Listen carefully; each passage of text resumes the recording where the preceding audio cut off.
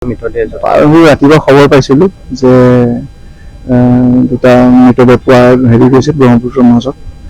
তাৰপিছত উটি আহিছে বুলি মানুহে সন্দেহ কৰিছে, আমি একো ক'ব নোৱাৰোঁ কি হৈছে। তাৰপিছত আমি মেজিষ্ট্ৰেট মাতিলোঁ, লেডি মেজিষ্ট্ৰেট ইনচিষ্ট কৰিছোঁ, লেডি মেজিষ্ট্ৰেট আহিছে। তাৰপিছত CID টিমো দেখা পাইছে আহিছে, FSLও আহি পেলাই আমাৰ এতিয়া আৰম্ভ হ'ব উইদিন 5-10 মিনিটছত ইনকুৱেষ্ট হৈ যাব। ইনকুৱেষ্ট হোৱাৰ পিছত CID আৰু FSL নিজৰ কামখিনি কৰিব। 4 দিন পূৰ্বে যিহেতু এই কিশোৰী এগৰাকী আৰু এগৰাকী ড্ৰাইভাৰ নিৰুদ্দেশ হৈছিল আৰু তেওঁলোকৰে মৃতদেহ বুলি সন্দেহ কৰিছিল। আচ্ছা, এতিয়ালৈ প্ৰপাৰলি আইডেণ্টিফাই হোৱা নাই। মেজিষ্ট্ৰেটে ইনকুৱেষ্টটো কৰাৰ পিছতহে আমি আইডেণ্টিফাই কৰি ক'ব পাৰিম।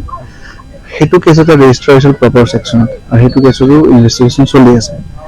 এতিয়া চাওঁ কি হয় বুজিবলৈ। পোচাকত কিবা আপোনালোকে চিনাক্ত কৰিব পাৰিব?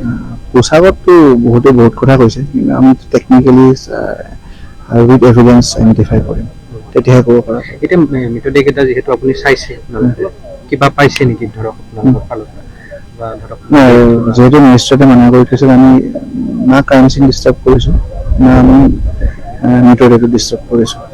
মেজিষ্ট্ৰেট অহাৰ পিছতহে আমি তেখেতৰ পাৰ্মিশ্যন লৈ আমি ডেড বডিটো ৰিট্ৰিভ কৰি ইনভেষ্টখিনি কৰিম। ৰাতিপুৱা খবৰ পাইছিলোঁ যে দুটা মৃতদেহ পোৱা হেৰি গৈছে ব্ৰহ্মপুত্ৰৰ মাজত। তাৰপিছত উটি আহিছে বুলি মানুহে সন্দেহ কৰিছে, আমি একো ক'ব নোৱাৰোঁ কি হৈছে। তাৰপিছত আমি মেজিষ্ট্ৰেট মাতিলোঁ, লেডি মেজিষ্ট্ৰেট ইনচিষ্ট কৰিছোঁ, লেডি মেজিষ্ট্ৰেট আহিছে।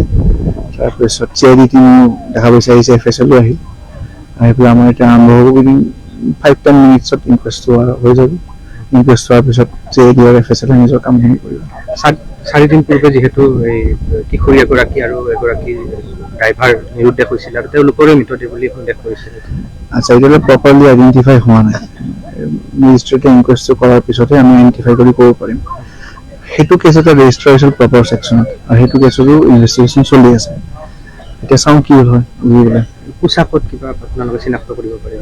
পোচাকততো বহুতে বহুত কথা কৈছে, কিন্তু আমি টেকনিকেলি উইথ এভিডেঞ্চ আইডেণ্টিফাই কৰিম, তেতিয়াহে ক'ব পাৰা। এতিয়া মৃতদেহকেইটা যিহেতু আপুনি চাইছে, কিবা পাইছে নেকি ধৰক আপোনালোকৰ ফালৰ পৰা? যিহেতু মেজিষ্ট্ৰেটে মানা কৰি থৈছে, আমি না ক্ৰাইম চিন ডিষ্টাৰ্ব কৰিছোঁ, না আমি মৃতদেহটো ডিষ্টাৰ্ব কৰিছোঁ। মেজিষ্ট্ৰেট অহাৰ পিছতহে আমি তেখেতৰ পাৰ্মিশ্যন লৈ আমি ডেড বডিটো ৰিট্ৰিভ কৰি ইনভেষ্টখিনি কৰিম।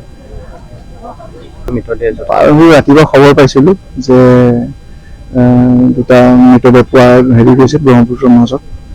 তাৰপিছত উটি আহিছে বুলি মানুহে সন্দেহ কৰিছে, আমি একো ক'ব নোৱাৰোঁ কি হৈছে।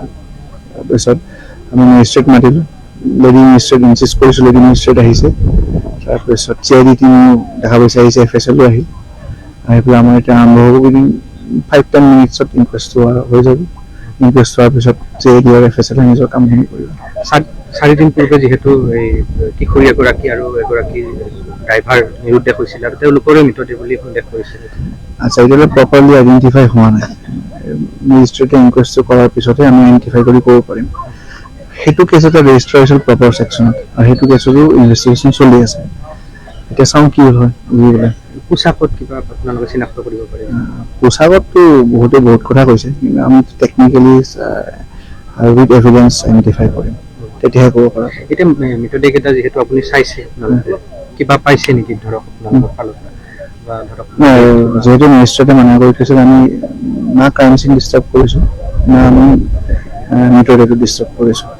মেজিষ্ট্ৰেট অহাৰ পিছতহে আমি তেখেতৰ পাৰ্মিশ্যন লৈ আমি ডেড বডিটো ৰিট্ৰিভ কৰি ইনভেষ্টখিনি কৰিম।